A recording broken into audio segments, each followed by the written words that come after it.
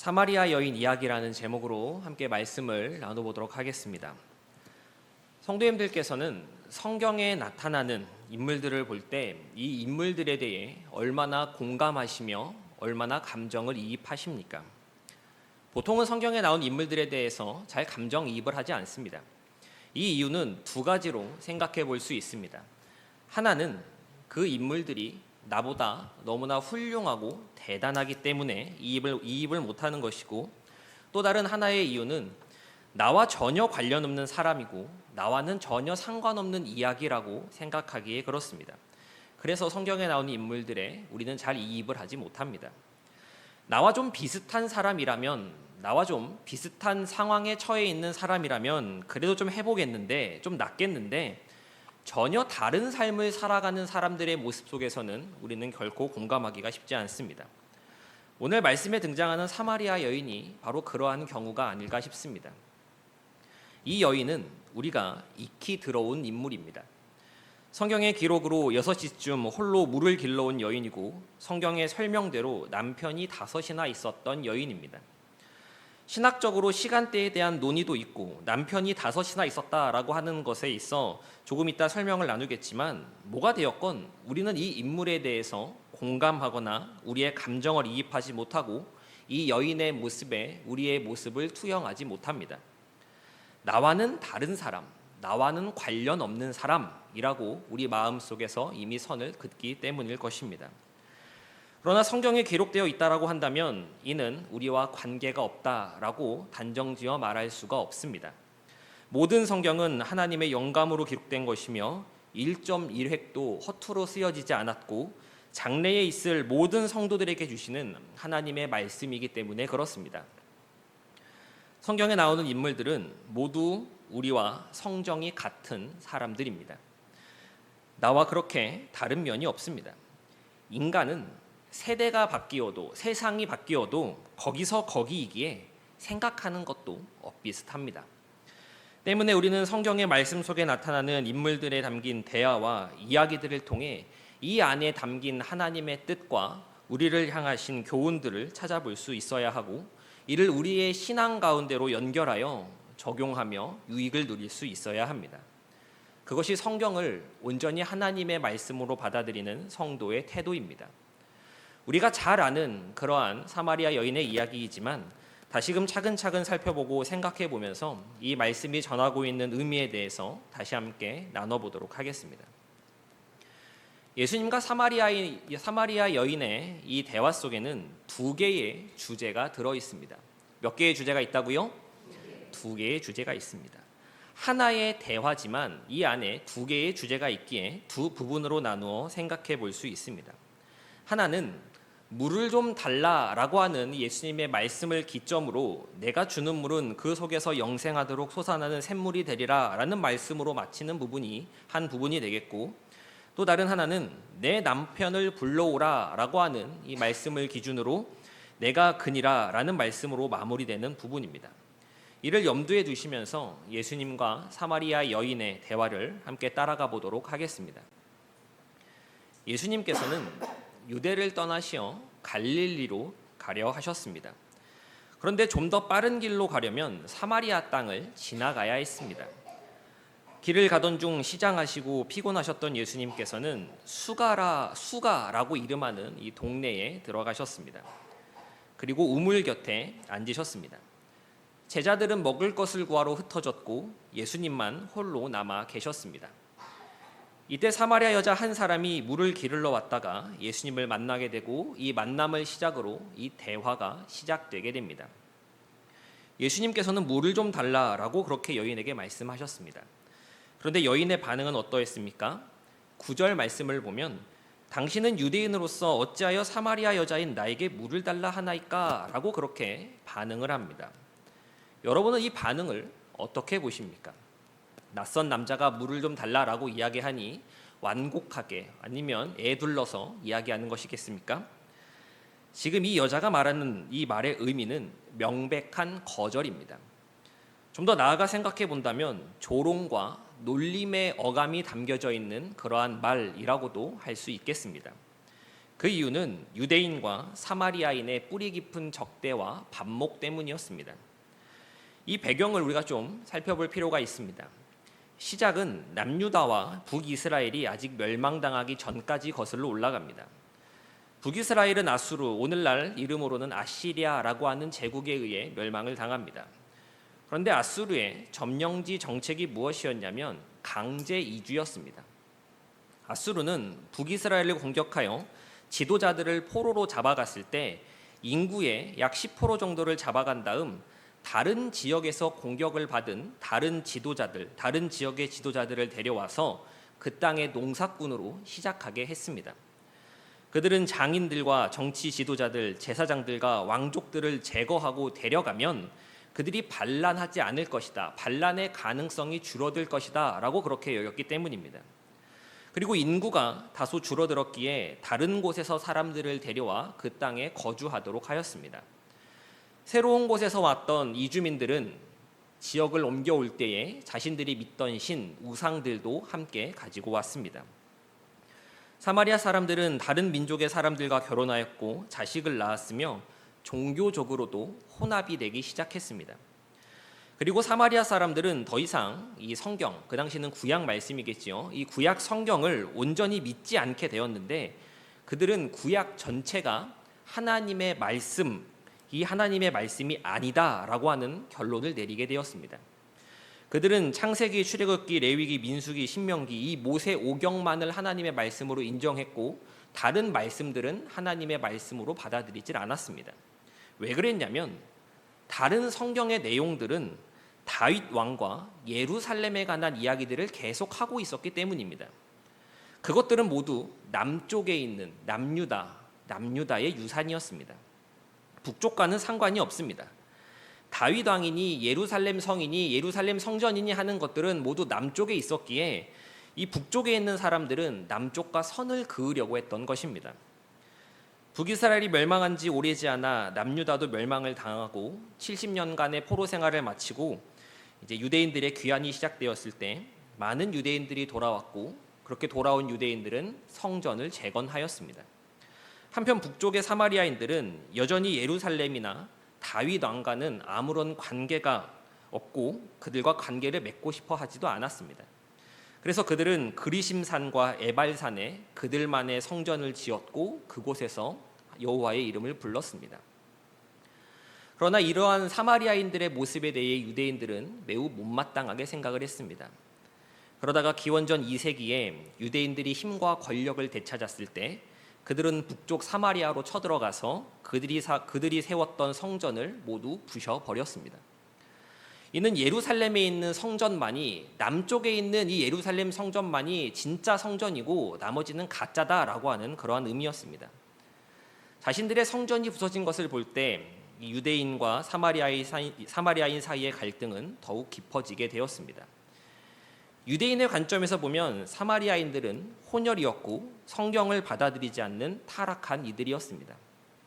한편 사마리아인의 관점에서 보면 유대인들은 그야말로 깡패들이었습니다. 그들은 군사적으로 강했고 계속해서 자신들의 생존을 위협해 왔습니다. 항상 다윗을 내세우며 자신들의 이익을 추구하기에 급급했습니다. 이렇게 서로가 서로를 적대하며 유대인과 사마리아인들은 함께 먹지도 않고 이야기를 나누지 않고 심지어는 그 땅에 발을 디디는 것조차 불경하다라고 생각할 정도로 악화되는 지경에까지 이르게 됩니다. 이 적대와 반목은 로마가 다스리던 예수님 시대에까지 고스란히 이어지게 됩니다. 이러한 역사적 배경이 있다 보니 물을 좀 달라라고 하는 이 유대인 남자 예수님의 말씀을 사마리아 여인이 아니꼽게 여기는 것입니다. 당연히 물도 안 줬을 겁니다. 이러한 사정을 알고 계시는 예수님께서는 여인에게 이렇게 말씀을 하십니다. 우리 10절 말씀을 함께 읽어보도록 하겠습니다. 시작. 예수께서 대답하여 이르시되 내가 만일 하나님의 선물과 또 내게 물 좀 달라 하는 이가 누구인 줄 알았더라면 내가 그에게 구하였을 것이요 그가 생수를 내게 주었으리라. 아멘. 무슨 말입니까? 너는 내가 누군지 모른다라고 하는 이야기입니다. 내가 누군지 알면 오히려 네가 나에게 물을 좀 달라라고 이야기했을 것이고 나는 너에게 생수를 주었을 것이다 라고 예수님은 그렇게 말씀하셨습니다. 이에 사마리아 여인은 물을 그를 그릇도 없고 이 우물은 깊은데 어떻게 물을 줄 수 있겠냐라고 그렇게 반문을 하였고, 여기 있는 우물은 과거 야곱이 주었던 우물로 크고 깊은 우물인데 이 우물보다 더 큰 우물을 가지고 있는지도 물어보았습니다. 그러자 예수님께서는 이 물을 마시는 자는 다시 목마르겠지만 내가 주는 물을 마시는 자는 영원히 목마르지 아니할 것이며 내가 주는 물은 그 속에서 영생하도록 솟아나는 샘물이 될 것이다 라고 그렇게 말씀하셨습니다. 여인은 이 말을 듣고 그런 물이 좀 있다면 나에게 주셔서 목마르지도 않게 해주시고 물을 좀 길러오는 수고도 안 하게 해주시기를 구합니다. 그런데 이 구함을 들은 예수님께서는 대화의 주제를 바꾸십니다. 앞서 말씀드렸던 주제의 변경입니다. 나에게 그런 물이 있다면, 그런 생수가 있다면 나에게 좀 허락해 주십시오 라고 하는 여자에게 예수님은 대뜸 네 남편을 불러오라 라고 말씀을 하십니다. 그러자 여인은 남편이 있다고 대답을 합니까? 없다고 대답을 합니까? 없다라고 대답을 합니다. 예수님께서는 여인의 대답을 들으시고 내 대답이 옳다 하시며 여인이 가지고 있던 민감한 개인 정보에 대한 이야기를 풀어 놓으십니다. 그래, 네가 남편 5이 있었고 지금 있는 자도 남편이 아니니 네 말이 맞구나라고 그렇게 이야기를 하십니다. 동네 사람 정도만 알 법한 이러한 민감한 개인 정보가 낯선 유대 남자의 입에서 흘러나오자 이 여인은 내 앞에 있는 이 사람이 평범한 인물이 아니다라고 하는 것을 깨닫습니다. 이러한 비밀을 알고 있는 걸 보니 당신은 선지자로군요 라고 그렇게 반응을 합니다. 여기서 우리는 사마리아 여인의 개인 정보를 한번 짚고 넘어갈 필요가 있습니다. 예수님이 말씀하신 정보를 토대로 볼 때 이 여인에게는 과거 몇 명의 남편이 있었습니까? 5명의 남편이 있었습니다. 그리고 지금 함께 살고 있는 남자도 남편이 아닙니다. 하나님께서는 과거 모세를 통해 이스라엘에게 10계명을 주셨습니다. 우리가 잘 아는 그 10계명, 우리가 매주 고백하는 그 10계명입니다. 모세는 이 10계명을 토대로 여러 율법들을 만들었는데 이 율법은 이스라엘 모든 백성들, 모든 사람들에게 있어서 규칙이자 법이었습니다.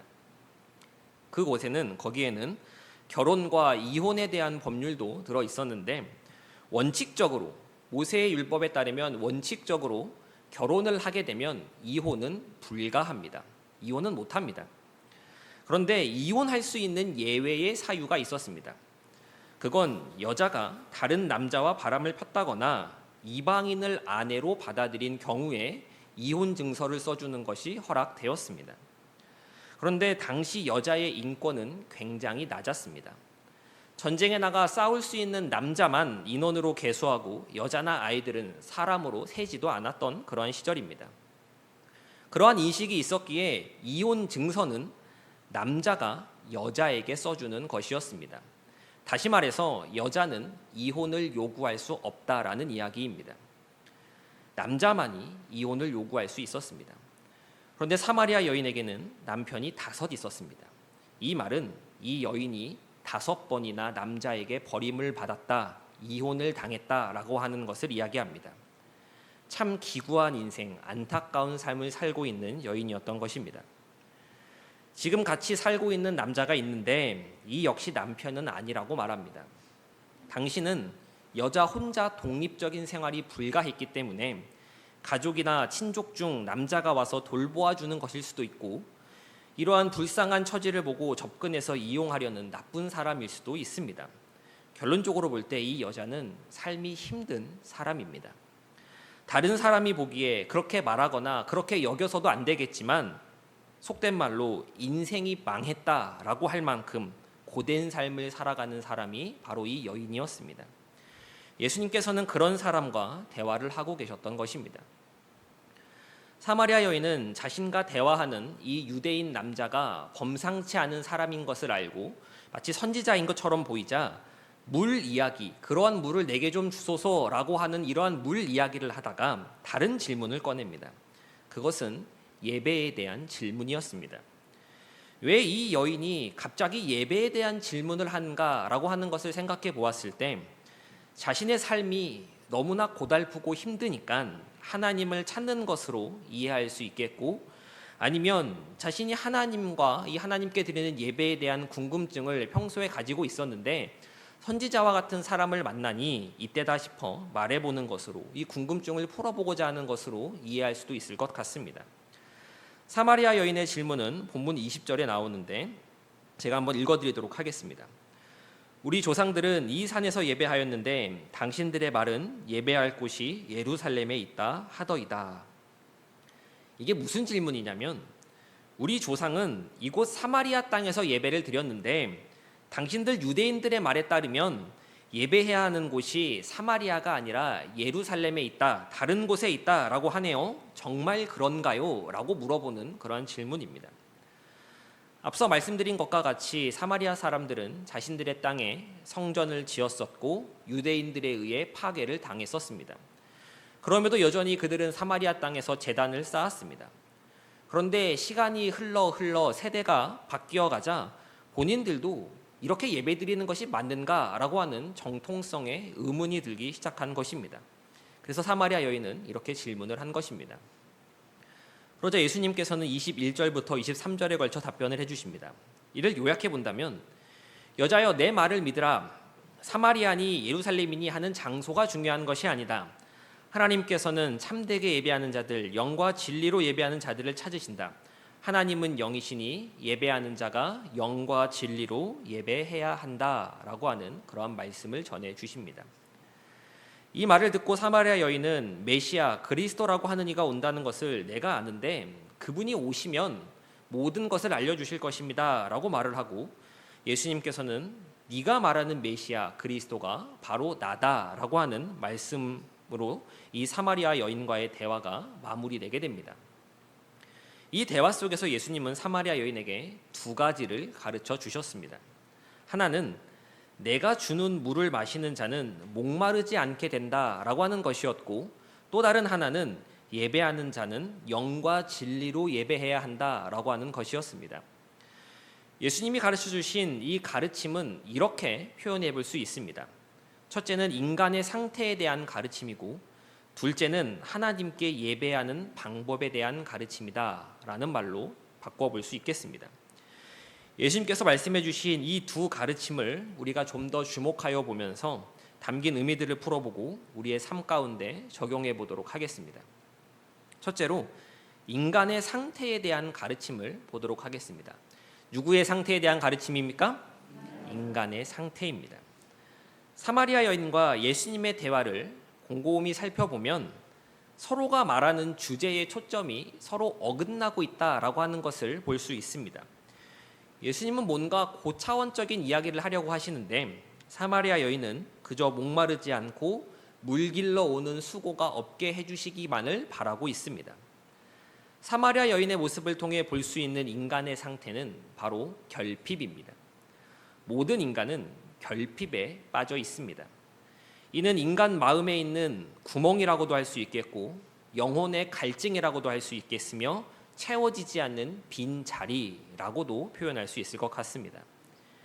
인간의 마음 속에 있는 이 결핍은 세상의 그 무엇으로도 채워지지 않습니다. 이를 조금 더 쉽게 표현해 본다면 사람에게는 만족함이 없습니다라고 이야기할 수 있을 것 같습니다. 이 구멍을 메꾸어 보고자, 갈증을 해소해 보고자 여러 가지 것들로 채워 넣어 보지만 그 끝에 결코 만족함이란 없습니다. 조금 더 이해하기 쉽게 제가 예를 좀 들어보도록 하겠습니다. 내가 1,000만 원 정도 투자했던 주식이 호재를 만나 폭등을 해서 1억을 벌었다라고 가정을 해보겠습니다. 얼마나 기쁘고 즐거운 일이겠습니까? 10배를 벌어들였습니다. 생각만 해도 입꼬리가 올라가는 그러한 일이지 않겠습니까? 1,000만 원을 투자해서 1억을 벌었다라고 하는 것이죠. 그런데 내 옆에 앉은 집사님은 똑같이 1,000만 원을 투자해서 2억을 벌었답니다. 그 소리를 듣는 순간 내 마음은 어떻습니까? 1억을 벌었다라고 하는 기쁨보다 나는 왜 2억을 버는 곳에 투자하지 못했나라고 하는 아쉬움이 더 강하게 우리를 사로잡습니다.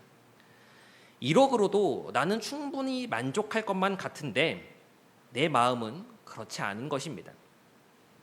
이번엔 다른 예를 좀 들어보겠습니다. 복권에 당첨돼서 1억을 받았습니다. 1억이 생겼습니다.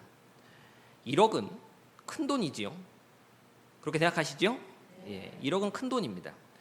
그런데 이 막상 1억을 받아서 이 돈을 좀 굴려보려고 하니까 마땅히 할 게 없습니다. 아파트 한 채 살 수 없는 돈입니다. 1억이라는 돈이 큰 돈은 맞는데 참 애매하긴 합니다. 강남구에 아파트 평균 시세가 얼마인지 아십니까? 제가 좀 찾아봤는데 2025년 3월 기준으로 28억 3천만 원입니다. 1억으로는 택도 없습니다. 그럼 좀 액수를 올려서 100억짜리 복권에 당첨되었다라고 생각을 해보겠습니다. 100억입니다. 그럼 이제 강남에 있는 아파트도 살 수 있겠고, 뭐 빌딩도 살 수 있겠고, 차도 바꿀 수 있겠지요. 그런데 가수 아이유가 사는 집의 가격이 얼마인지 아십니까? 가수 아이유가 사는 집이 작년 기준 130억이었고 올해 기준 공시지가 200억입니다. 내가 100억을 가져도 아이유의 옆집으로 이사를 갈 수 없습니다. 이웃이 될 수 없는 것이죠. 내가 100억을 가졌다. 평생 죽도록 일만 해도 모을 수 없는 그 큰 돈을 내가 가졌다라고 하더라도 만족하고 끝나는 것이 아니라 더 위의 것들이 보이고 더 높은 수준의 것들이 보이는 것입니다. 내가 포르쉐, 페라리를 타고 다녀도 누군가는 개인 전세기를 띄워서 놀러 다니는 것입니다. 물질만 그렇겠습니까? 다른 것도 마찬가지입니다. 나는 아무것도 바라지 않고 건강하게 100살까지만 살다 죽었으면 좋겠다라고 했는데 정말 100살까지 너무나 건강하게 살았습니다. 그럼 무슨 생각이 들겠습니까? 100번째 생일을 맞이했으니 나는 지금도 너무나 건강하지만 이제 죽어야겠다 그런 생각을 하겠습니까? 안 할 겁니다. 내가 이렇게 건강한데 좀 더 살아도 되지 않을까라고 하는 마음이 우리 가운데 생길 겁니다. 이러한 모습들을 볼 때 사람은 원하는 그 무엇을 가져도 결코 이 마음속에 있는 구멍, 영혼의 갈증을 해소하지 못합니다. 이것을 가리켜서 프랑스의 파스칼이라고 하는 사람은 자신의 저서 팡세에서 이렇게 이야기를 합니다. 모든 사람의 마음속에는 하나님이 만드신 하나의 공간, 공백이 있다라고 그렇게 표현을 합니다.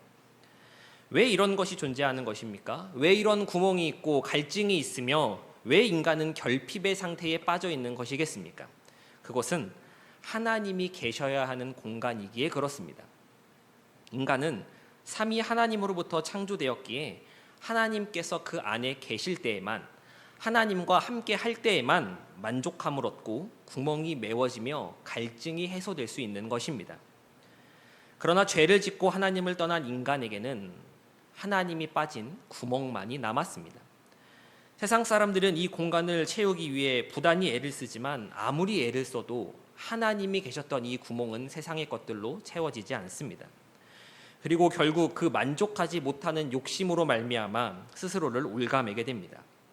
마치 목마르다고 하여서 바닷물을 계속 마시면 갈증 해소되는 것이 아니라 더욱 목이 말라 죽게 되는 것과 같은 것입니다. 예수님께서는 사마리아 여인과의 대화를 통해 이 인간의 상태를 보여주시고 결핍을 말씀하십니다. 그리고 이 결핍을 채워줄 수 있는 것은 오직 예수 그리스도뿐임을 가르쳐 주시는 것입니다. 오늘날 우리의 모습은 어떻습니까? 나는 예수 그리스도로 인하여 내 마음속에 있는 구멍이 메꾸어졌습니까? 영원토록 솟아나는 그 샘물로 인해 내 영혼의 갈증이 해소되었습니까? 아니면 여전히 나는 사마리아 여인의 요청과 같이 그저 목마르지 않고 물을 길러오는 수고가 없어지기를 바라며 애쓰고 있지는 않습니까? 예수님으로 채워야 하는 이 구멍은 그대로 방치한 채 예수님으로 다른 것들을 채워 만족함을 누리려 하고 있지는 않는가라고 하는 질문입니다. 우리의 관심은 지금 어디에 있습니까? 만족되어지지 않는 세상의 것들을 보며 이것만 가지면 나는 만족할 수 있을 거야, 여기까지만 이루면 나는 행복할 수 있을 거야 라고 하며, 그리고 그 뒤에 내가 만족함을 얻고 행복함을 누리면 그 뒤에 신앙생활 제대로 해야지, 교회 열심히 나가야지, 예수 똑바로 믿어야지 라고 그렇게 생각하고 있지는 않습니까? 거듭 말씀드리지만 우리가 가지고 있는 이 마음속의 구멍은 결코 세상의 것들로 채워지지 않습니다. 성공하면 더 성공하고 싶고 가지면 더 갖고 싶습니다. 이것이 죄인된 인간의 마음이요 결핍에 빠진 인간의 상태입니다. 그래서 모든 것을 가져보았던 솔로몬 왕이 하는 이야기가 무엇입니까? 헛되다라고 하는 것입니다. 제가 참 좋아하는 복음성가 중에 이러한 가사의 찬양이 있습니다. 사람을 보며 세상을 볼 땐 만족함이 없었네. 나의 하나님 그분을 뵐 때 나는 만족하였네. 천지 지으신 우리 여호와 나를 사랑하시니 나의 하나님 한 분만으로 나는 만족하였네. 예전엔 그저 신나서 뭔 뜻인지도 모르고 그렇게 불렀는데 지금 생각해 보면 이 고백이 얼마나 높은 수준의 믿음에서 나오는 것임을 다시금 깨닫습니다. 우리가 가지는 믿음의 목표는 이러한 찬양의 고백과 같이 예수님 한 분만으로 만족하는 데까지 이르러야 합니다.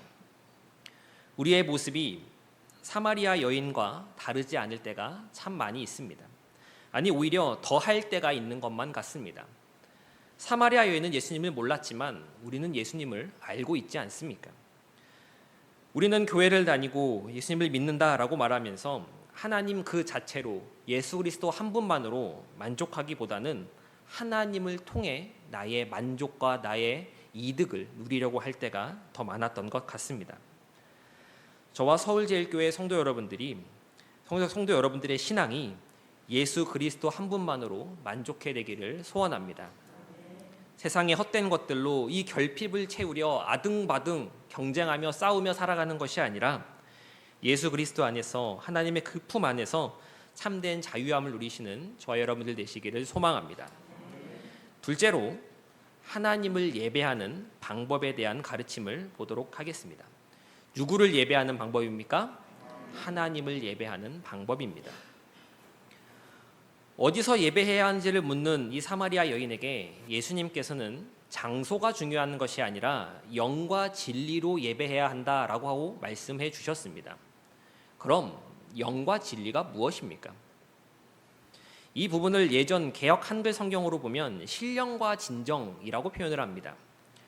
영과 진리, 신령과 진정은 대체 무엇을 가리키는 것일까요? 졸지 말고 집중해서 마음을 다잡고 예배를 드리면 되는 것일까요? 그렇지 않습니다. 영과 진리가 무엇인지에 대해서는 예수님의 말씀 가운데 힌트가 들어 있습니다. 우리 본문 23절 상반절 말씀을 함께 읽어보도록 하겠습니다. 시작. 아버지께 참되게 예배하는 자들은 영과 진리로 예배할 때가 오나니 곧 이때라. 예수님께서는 예배할 때가 오나니라고 그렇게 말씀을 하셨습니다. 그럼 지금은 때가 온 겁니까? 아직 안 온 겁니까? 아직 안 온 겁니다. 그런데 그때가 곧 이때라라고 말씀을 하셨습니다. 그러니까 지금까지는 그때가 오지 않았는데 이제는 그때가 왔다라는 말씀입니다. 그리고 24절을 보면 예수님께서는 하나님은 영이시니라고 하는 말로 말씀을 이어가십니다. 하나님은 영이시다라고 하는 이 표현을 우리가 곰곰이 생각해 볼 필요가 있습니다.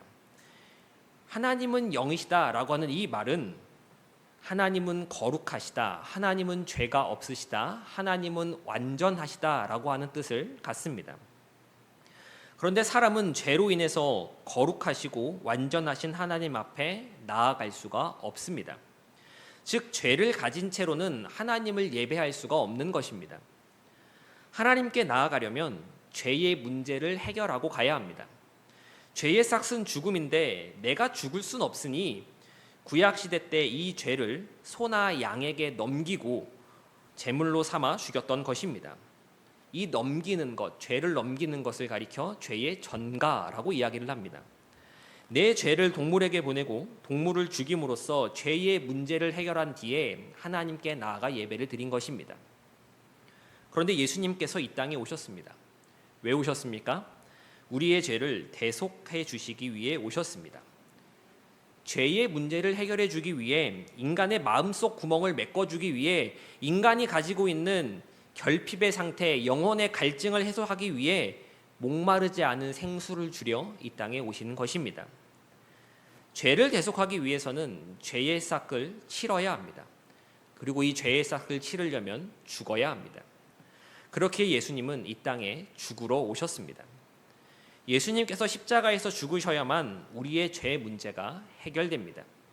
그렇기에 곧 이때라 라고 말씀하시는 것은 본인께서 이 땅에 성육신하여 오신 것을 가리키는 것입니다. 영과 진리로 예배한다라는 이 말의 의미는 영이신 예수 그리스도, 진리이신 예수 그리스도를 통해 하나님께 예배함을 이야기하는 것입니다. 예수님께서는 죄인인 인간이 그 죄의 문제를 해결하고 하나님께 나아갈 수 있도록 길을 내어주신 것입니다. 어디서 예배해야 합니까? 라고 하는 여인의 질문에 있어서 장소가 중요한 것이 아니라 어떻게 예배하느냐, 죄인된 인간이 어떻게 하나님께 나아갈 수 있느냐, 그것은 오직 내가 죽어서 너희들의 죄값을 치르고 너희와 하나님과의 관계를 화목하게 회복시켜야만 하나님께 예배할 수 있다라고 하는 것을 예수님은 말씀해 주시는 것입니다. 정리하자면 영과 진리는 우리를 위해 이 땅에 오셔서 죽으시고 부활하시어 승천하신 예수님을 가리키는 것이고, 영과 진리로 예배한다는 것은 이 예수님을 통해, 예수님으로 인하여, 예수님 덕분에 하나님께 나아갈 수 있음을 뜻하는 것입니다. 우리를 가리켜서 왜 기독교라고 이야기를 합니까? 기독은 예수 그리스도를 가리키는 용어로서 헬라어 크리스토스의 한자어 음역입니다. 그래서 우리를 기독교라고 부르는 것입니다. 예수님이 없으면 아무것도 없습니다. 그러나 예수님이 계시면 모든 것이 있습니다. 아멘이십니까?